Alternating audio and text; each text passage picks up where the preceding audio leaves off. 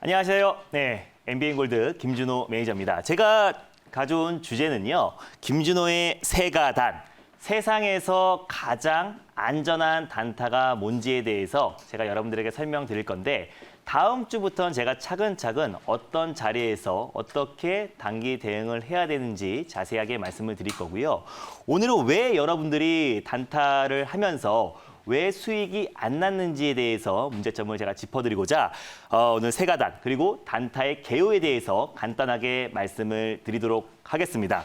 일단 첫 번째로요. 네, 일단 여러분들이 보셔야 될 게 다우지수의 연봉을 좀 보시면 좋을 것 같아요. 일단 다우지수 같은 경우는 꾸준하게 우상향으로 계속해서 상승이 나왔다라고 보시면 좋을 것 같고 최근에 코로나 여파로 인해 가지고 크게 조정이 한번 나왔다가 그대로 좀 회복하고 있는 모습이고 나스닥도 마찬가지로 만선을 회복하면서 사상 최고치를 또다시 경신하고 있는 모습입니다. 중간중간에 서브프라임 모기지 때문에 한번 조정이 나왔었고요. 닷컴 버블 때 때문에 한 번 더 조정이 나왔던 것 빼고는요. 계속해서 우상향이 나왔다라고 보시면 좋을 것 같은데 우리 코스피 지수와 한번 비교를 해보자고요. 네. 자, 코스피 지수는 2008년 금융위기 이후에 계속해서 박스권 장세에 가다놨습니다. 이 가두리에 가다놨어요. 네, 그렇기 때문에 사실상 여러분들이 장기 투자가 답이다, 가치 투자가 답이다라고 말씀을 하시겠지만 실질적으로 여러분들이 코스피의 웬만한 종목들을 다 돌려보시면은 여러분들이 아시는 뭐 삼성전자나 SK하이닉스 또는 삼성 SDI, 뭐 KMW 이런 종목들을 좀 제외하군요. 그 외 섹터들은 대부분 10년 동안 하락한 종목들이 굉장히 많습니다. 그래서 여러분들이 장기 투자에 대한 나라별로 대응 전략이 다른 거지 우리가 지금 앞으로는 어떻게 될지 모르겠습니다. 앞으로는 시장이 우상이 될 수 있겠지만 지금 10년째 박스권 장세가 됐기 때문에 2008년도 이후로 실제로 뭐 투자자문사나 뭐 자산운용사나 실제로 이제 폐업한 곳도 굉장히 많고요. 가치 투자로 크게 상승이 나왔던 종목들은 일부 종목들을 제외하고는 대부분의 종목들은 하락이 나왔다라고 보시면 좋을 것 같아요. 당연히 코스닥 지수도 마찬가지죠. 한번 닷컴 버블 때 급등이 한번 나왔던 이후로 계속해서 박스권 장세가 이어지고 있습니다. 그렇기 때문에 코스닥은 더욱더 심각해요. 그래서 개별 섹터, 뭐 상폐된 종목들, 거래 정지된 종목들을 제외하고도 실제로 상승했던 종목들, 최근에는 뭐 제약바이오 섹터, 뭐 코로나19 관련해서 제약바이오 종목들을 제외하고는 웬만한 종목들이 여러분들이 연봉으로 보시면요. 대부분의 종목들이 하락이 나오거나 또 장기간 박스권에 갇혀 있다라고 보시면 좋을 것 같아요. 왜 그러냐? 시장이 당연히 강한 미증시처럼 강한 슈팅이 나오지 않았기 때문에 당연히 그 안에 종속되어 있는 종목들의 힘은 강력하게 상승이 나오기보다는 섹터별로 움직였고요. 또 그리고 섹터 안에서 종목들이 뭐 대장주 나눠지면서 슈팅이 다 다르고 또 섹터별로 상승폭이 다른 건데 일본 니케이 지수도 우리랑 굉장히 상황이 비슷합니다. 네. 잃어버린 20년이라고 하잖아요. 그래서 장기간으로 계속해서 조정이 나왔다가 최근에도 그냥 박스권 내 흐름을 계속 유지되고 있고 그나마 최근에 좀 반등이 나오고 있는 흐름입니다.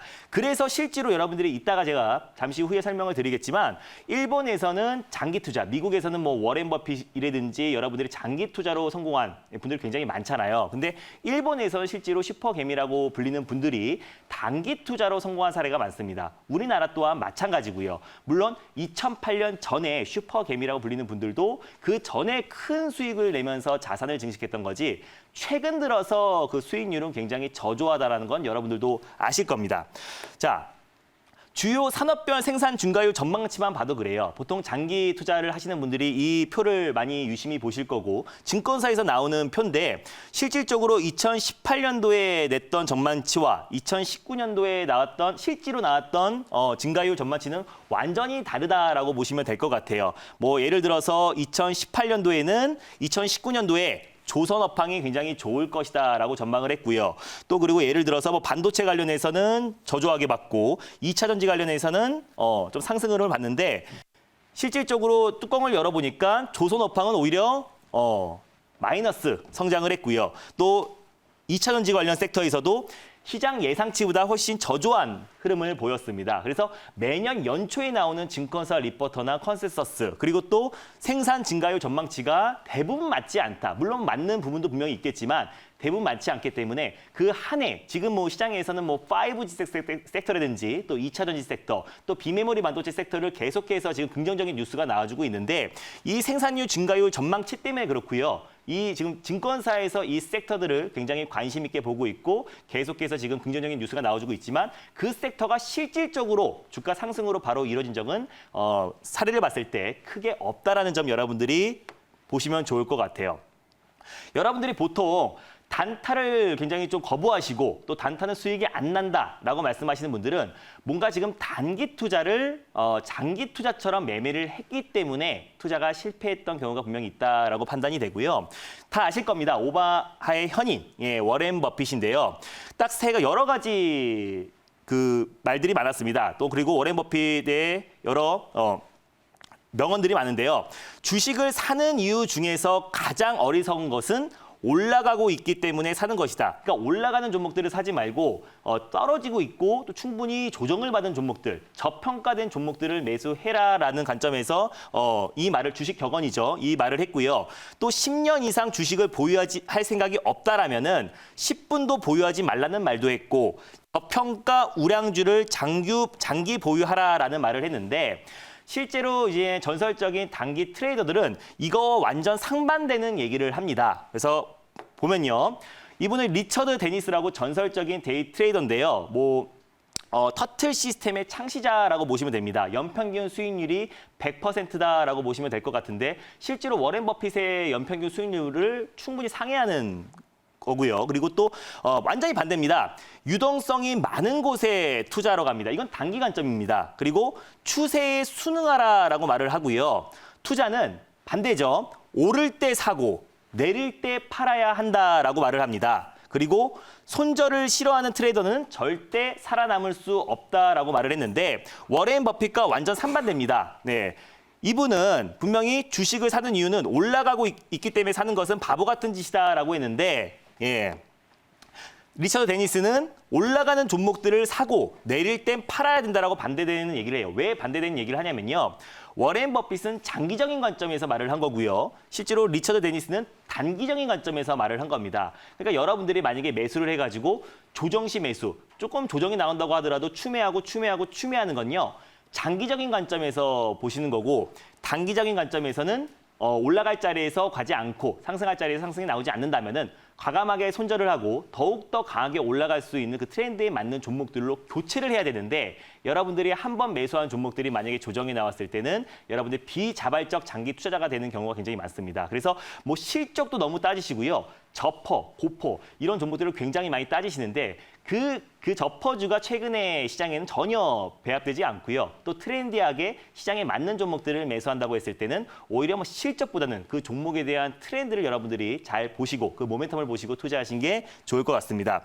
제가 일본에서도 같은 사례인데요. 일본의 잃어버린 20년으로 우리 국내 코스피 지수와 코스닥 지수와 비슷하게 장기간 박스권 장세의 흐름이 이어지고 있었는데 일본에 아시는 분들은 다 아실 거예요. 일본의 주식 천재 BNF라고의 필명입니다. 근데 PBR 보지 않고요. 똑같습니다. 순환 매매로 스윙 트레이딩. 그때 시장에서 강하게 올라가는 종목들을 2등주, 3등주를 이제 추종하면서 매매한다라고 보시면 좋을 것 같고 똑같아요. 단기 트레이딩은 철저한 손절매가 굉장히 중요하다라고 보시면 좋을 것 같습니다. 그래서 똑같아요. 하락하는 종목들은 손절하고 상승하는 종목으로 갈아타는 것이 자금 효율에 좋다. 우리가 가지고 있는 자산은 굉장히 한정적이기 때문에 어떤 한 종목에 여러분들이 조정이 나올 때마다 계속해서 추매하고 조금만 빠져도 여러분들이 추매하고 하다 보면요. 약간 반등 나와서 매수가에서 팔아버리다 그러면은 어떻게 보면 독이 든 성배다라고 보시면 될 것 같아요. 왜냐하면 그 매매가 반복된다 그러면은 어차피 한 번은 무조건 깨지게 돼 있는 매매이기 때문에 여러분들이 단기 관점이냐 장기 관점이냐 잘 판단하시고요. 근데 우리 지금 시장은 최근 10년 동안은 장기 투자를 하기에는 녹록지 않았던 시장이다라고 이제 판단이 되고요. 그렇다면 가뜩이나 지금 변동성 장세에서 그리고 또 투자 사이클이 굉장히 빠르게 돌고 있는 시점에서는 그때 시장에 맞는 종목들을 매수하고 그게 아니라면 과감하게 교체하는 방법이 여러분들이 앞으로 단기 투자를 하는데 안정적으로 수익을 극대화할 수 있는 전략이다라고 보시면 좋을 것 같아요. 그래서 일본의 주식 천재 BNF도 마찬가지고요. 그리고 리처드 데니스도 똑같이 말합니다. 추세 추종 원칙 그리고 추세에 순응하고 그때그때 올라가는 종목들을 매수하고 내릴 때는 과감하게 팔아서 교체하자라고 말을 했습니다. 저 또한 제가 이제 낮에 달릴까 말까라는 방송을 하고 있어요. 마이경제TV에서 오후 1시 45분에 달릴까 말까에서 여러분들에게 말씀드렸는데 어떻게 보면 증권방송 최초로 제가 추천드렸던 모든 종목들을 오픈한 사례가 아마 제가 처음일 겁니다. 그래서 제 그 방송에서는 단기 트레이딩 관점으로, 단기 스윙 관점으로 말씀드렸는데 그동안 여러분들이 단기 종목들로 수익이 나지 않았던 이유는 그때그때 올라가는 종목들을 추격 매수를 했기 때문에 상승 확률, 수익 확률이 떨어질 수밖에 없다라고 판단이 되고요. 그리고 제가 그래서 제가 말했던 종목들, 그때그때 시장에 맞는 종목들, 뭐 IT 섹터라든지 뭐 제약바이오 섹터라든지 어떤 한 섹터에 국한된 게 아니라 뭐 이월드 같은 경우는 정치 테마주고 현대공업 같은 경우는 자동차 부품, 중국 소비주인 한국 화장품, 그리고 또 뭐 정치 테마주인 서원, 그리고 초록뱀, 여러 가지 이제 종목들로 제가 그때그때 맞는 종목들, 뭐 IT면 IT, 그리고 또 제약이면 제약, 그리고 또 정치 테마주면 정치 테마주, 그때 시장에 맞는 종목들로 대응을 하면서 제가 말했던 종목들이 지금까지 한 110개 종목들이 되더라고요. 그래서 평균 수익률은 수익 난 거와 손실 난 거를 다 더해야 평균 수익률이 나오는 겁니다. 그래서 21%가 나왔고요. 최근에 6월 15일 날 시장이 7% 가까이 급락 나오면서 웬만한 종목들이 다 하락이 나왔어요. 웬만한 종목들이 10% 가까이 하락이 나왔었는데 제가 그때 6월 10일 날 저는 손저가를 보통 10% 안짝으로 잡아드리기 때문에 그때 하락 나온 종목들 빼고는요.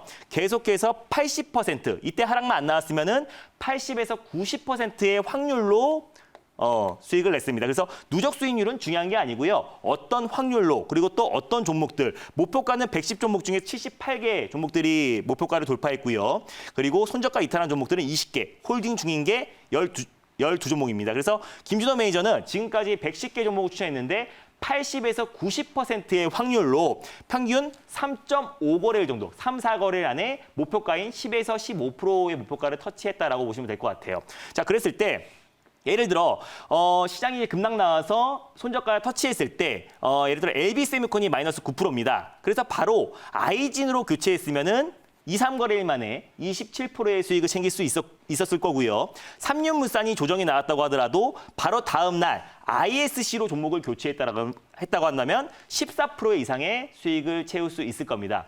이처럼 한 종목을 여러분들이 매수해가지고 끝까지 수익 날 때까지 끌고 가는 게 아니라 또 장기적으로 여러분들이 끌고 간다고 하더라도 실질적으로 여러분들이 뭐 1년, 6개월 끌고 간다고 하더라도 중간에 여러분들이 매수가까지만 온다고 하더라도 팔아먹기 바쁠 거예요. 그래서 어차피 장기 투자로는 우리가 크게 돈을 벌기에는 물론 뭐 운이 좋아서 그 종목들이 계속해서 상승이 우상향이 나와준다 그러면은 큰 수익을 챙길 수 있겠지만 지금 현 우리 시장에서는 굉장히 희박한 확률이다라고 보시면 좋을 것 같아요. 자, 그래서 이 자리에서 매일매일 제가 월요일, 수요일 날 스티마 상한가 마지막 시간에 매일매일 단기 교육, 단타 타점 교육을 제가 할 거고요. 시장의 트렌드를 어떻게 보고 또 그리고 움직이는 종목들을 따라붙는 게 아니라 바로 직전에 매수하고 시장 트렌드 매매를 어떻게 하는지. 그래서 그렇게 남들이 사고 싶을 때 우리는 매도하고요. 남들이 별 관심이 없을 때 매수를 합니다. 그래서 그 전략을 제가 앞으로 자세하게 말씀드릴 예정이니까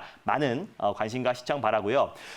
내일도 제가 장 마감 후에 4시 10분에 장 마감 방송을 합니다. 그래서 오늘 말씀드렸던 이 내용들을 좀 더 자세하게 말씀드릴 예정이니까 여러분들이 내일 4시에 장마감 방송 많은 참여 바라고요. 제가 말했던 이 매매 내용, 대한민국 최초로 어떻게 보면 공개했던 내용이니까요. 앞으로 뭐 다른 방송에서, 타 방송에서는 절대 볼 수 없었고 그 어떤 곳에서도 추천드렸던 모든 종목들을 공개한 거는 이번이 처음이다라고 보시면 좋을 것 같고 저는 정직하게 투명하게 모든 종목들을 오픈하고 단기 매매가 얼마나 안정적이다라는 거 여러분들에게 보여드리려고 모든 종목들을 공개를 했고요. 앞으로 이 시간을 통해서 계속해서 단기 타점 공략과 시장을 보는 눈에 대해서 자세하게 설명드릴 예정이니까 앞으로도 많은 관심 부탁드리겠습니다.